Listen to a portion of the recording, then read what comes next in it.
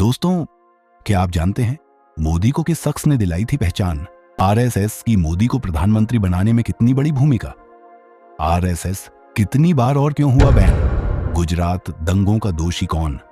और जब मोदी को छोड़ना पड़ा घर तो कहां कहां भटके? आरएसएस, जो आज दुनिया का सबसे बड़ा संगठन है, उस पर 4 बार प्रतिबंध क्यों लगा? गुजरात दंगे का असली मास्टरमाइंड कौन था? आखिर कैसे एक लड़का जो 8 साल की उम्र में आरएसएस में शामिल हुआ और बाद में प्रधानमंत्री बना?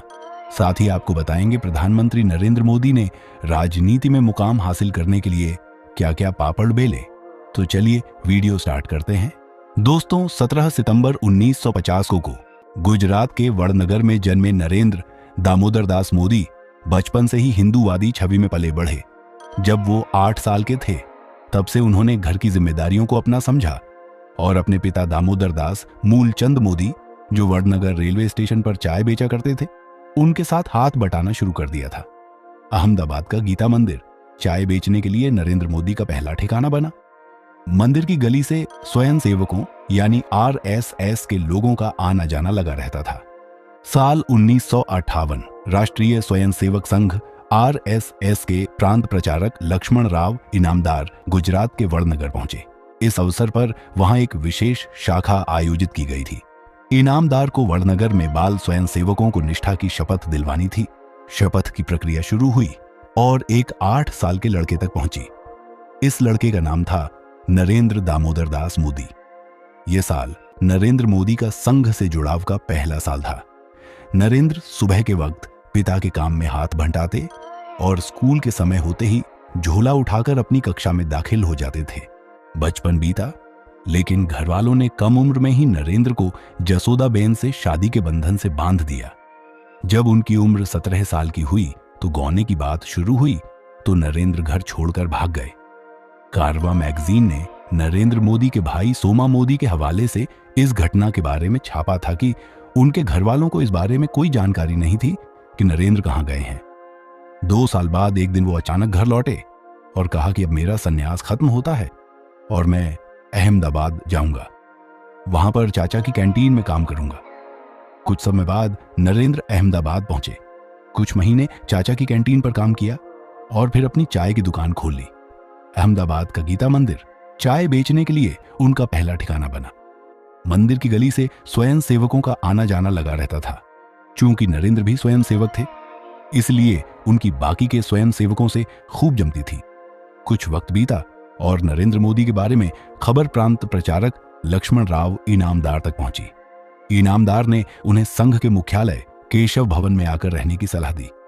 नरेंद्र वहां पहुंचे और उन्हें केशव भवन में रह रहे लोगों की देख रेख की जिम्मेदारी दी गई।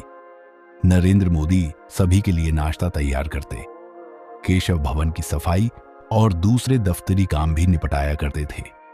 केशव भवन में नरेंद्र ने संगठन की बारीकियों को सीखा। फिर सन 1975 में देश में प्रधानमंत्री इंदिरा गांधी ने इमरजेंसी लगी दी। The president has proclaimed emergency. This is nothing to panic about. BJP के बड़े बड़े नेता चुन चुन के जेलों में डाले जा रहे थे। तभी आपातकाल के खिलाफ प्रचार सामग्री को तैयार कर राज्य भर में अंडरग्राउंड कार्यकर्ताओं तक पहुंचाने का जिम्मा नरेंद्र मोदी पर था। इमरजेंसी खत्म हुई और देश में एक बार फिर से जब सरकार बहाल हुई तो संघ ने नरेंद्र के कंधों पर जिम्मेदारी का वजन बढ़ा दिया। अब उन्हें संघ और उसके दूसरे संगठनों के बीच समन्वय का काम करना था। ऐसे में पहली बार नरेंद्र मोदी सीधे तौर पर सियासत से रूबरू होने लगे थे। कुछ साल गुजरे और 1980 में भारतीय जनता पार्टी बनी, लेकिन अपने पहले लोकसभा चुनाव में वो सिर्फ 2 सीटें ही जीत पाई। इसके बाद बीजेपी के आलाकमान ने हिंदुत्व की राह अपनाने का फैसला किया। साल 1987 में संघ ने अपने प्रचारक नरेंद्र मोदी को संगठन मंत्री बना दिया। उन दिनों गुजरात बीजेपी को 2 दिग्गज नेता केशुभाई पटेल और शंकर सिंह वाघेला चला रहे थे। नरेंद्र मोदी को इन दोनों नेताओं के हाथ को और मजबूत करना था। संगठन की कमान संभालते ही नरेंद्र मोदी ने गुजरात में रथ यात्राएं निकालने की शुरुआत की, जिसका फायदा साल 1989 के लोकसभा चुनाव में बीजेपी को मिला। 1984 के चुनाव में सिर्फ 1 सीट जीतने वाली बीजेपी गुजरात में 12 सीटों पर पहुंच गई। नरेंद्र मोदी का कद और बढ़ गया। इसके बाद बीजेपी ने सोमनाथ से अयोध्या तक रथ यात्रा निकालने का ऐलान किया। गुजरात में इस यात्रा को पूरा कराने की जिम्मेदारी मोदी को मिली, जिसे उन्होंने बखूबी अंजाम दिया। नरेंद्र मोदी अपनी कुशल कार्यशैली से आलाकमान की नजर में बने रहे, मगर गुजरात में शंकर सिंह वाघेला के साथ उनकी टकराव की खबरें सामने आने लगी। इस दौरान 1995 में विधानसभा चुनाव हुए। बीजेपी ने राज्य की 182 में से 121 विधानसभा सीटों पर जीत हासिल की। केशुभाई पटेल मुख्यमंत्री बने, मगर पार्टी के भीतर दरार पड़ गई। शंकर सिंह वाघेला सीएम की कुर्सी पर अपना दावा अधिक मजबूत मान रहे थे, लिहाजा वाघेला ने बीजेपी से बगावत कर दी और अपने 47 समर्थकों के साथ पार्टी के खिलाफ विद्रोही तेवर अख्तियार कर लिया। अटल बिहारी वाजपेयी के दखल के बाद मामला सुलझा, मगर 3 फॉर्मूले गढ़े गए। पहला, सीएम पद से केशुभाई पटेल की विदाई। दूसरा, उनके समर्थक विधायकों को मंत्रिमंडल में जगह। और तीसरी मांग नरेंद्र मोदी को गुजरात से बाहर भेजने की थी। मामला सुलझा। नरेंद्र मोदी को प्रमोशन देकर बीजेपी का राष्ट्रीय महासचिव बनाया गया और 4 राज्य जम्मू कश्मीर, हिमाचल प्रदेश, हरियाणा और चंडीगढ़ का प्रभार भी सौंपा गया। नरेंद्र मोदी गांधीनगर से दिल्ली आ तो गए, मगर मन गुजरात की सियासत में ही रमा रहा। वो जानते थे कि इस प्रमोशन के बदले उन्हें अपने विरोधियों से हार मिली है।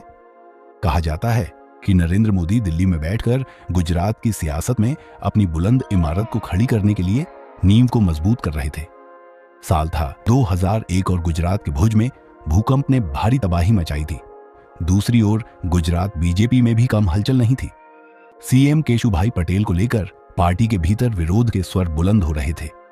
पार्टी को उपचुनावों में हार झेलनी पड़ी थी। ऐसे में बीजेपी आलाकमान ने नरेंद्र मोदी को गुजरात भेजने का फैसला किया। अटल बिहारी वाजपेयी ने नरेंद्र मोदी को बुलाकर गुजरात जाने का आदेश दिया। 6 अक्टूबर को नरेंद्र मोदी को विधायक दल का नेता चुना गया और 7 अक्टूबर 2001 को नरेंद्र मोदी ने गुजरात के मुख्यमंत्री के रूप में पहली बार शपथ ली। सीएम बनने के कुछ महीने बाद नरेंद्र मोदी को भी नहीं पता था कि उनके जीवन काल कोई भयावह घटना घटित होने वाली है। हुआ ये कि 27 फरवरी 2002 को अयोध्या से गुजरात लौटकर आ रहे करसेवकों को गोधरा स्टेशन पर खड़ी ट्रेन में मुसलमानों की हिंसक भीड़ द्वारा आग लगाकर जिंदा जला दिया गया। इस हादसे में 59 करसेवकों की दर्दनाक रूप से मृत्यु हो गई। रोंगटे खड़े कर देने वाली इस घटना की प्रतिक्रिया स्वरूप समूचे गुजरात में हिंदू मुस्लिम दंगे भड़क उठे। इस दंगे में मरने वाले 1180 लोगों में अधिकांश संख्या अल्पसंख्यकों की थी। इसके लिए न्यूयॉर्क टाइम्स ने मोदी प्रशासन को जिम्मेदार ठहराया। कांग्रेस सहित अन्य विपक्षी दलों ने नरेंद्र मोदी के इस्तीफे की मांग की।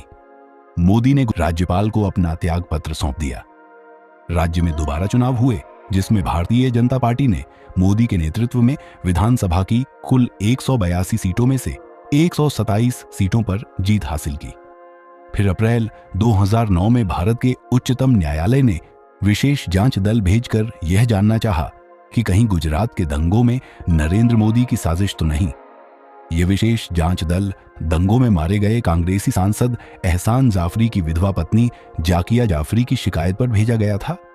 दिसंबर 2010 में उच्चतम न्यायालय ने एसआईटी की रिपोर्ट पर निष्पक्ष फैसला सुनाया कि इन दंगों में नरेंद्र मोदी के खिलाफ कोई ठोस सबूत नहीं मिला है, अतः मोदी पर लगे आरोप झूठे साबित हुए। इसके बाद नरेंद्र मोदी ने लगातार 3 बार विधानसभा चुनाव जीता और गुजरात के सीएम रहे, मगर जब 2012 में जीत कर आए तो देश और बीजेपी के भीतर भी उनको लेकर मिजाज बदल चुका था। लोग उन्हें भावी प्रधानमंत्री के उम्मीदवार के रूप में देख रहे थे। सीएम मोदी ने भी इसका संकेत अपने अंदाज में दिया। 2012 में मिली जीत के बाद पहली बार अपने कार्यकर्ताओं को नरेंद्र मोदी ने हिंदी में संबोधित किया। लाख लाख कोटि कोटि अभिनंदन करता हूं। मैं गुजरात के मतदाताओं को वंदन करता हूं।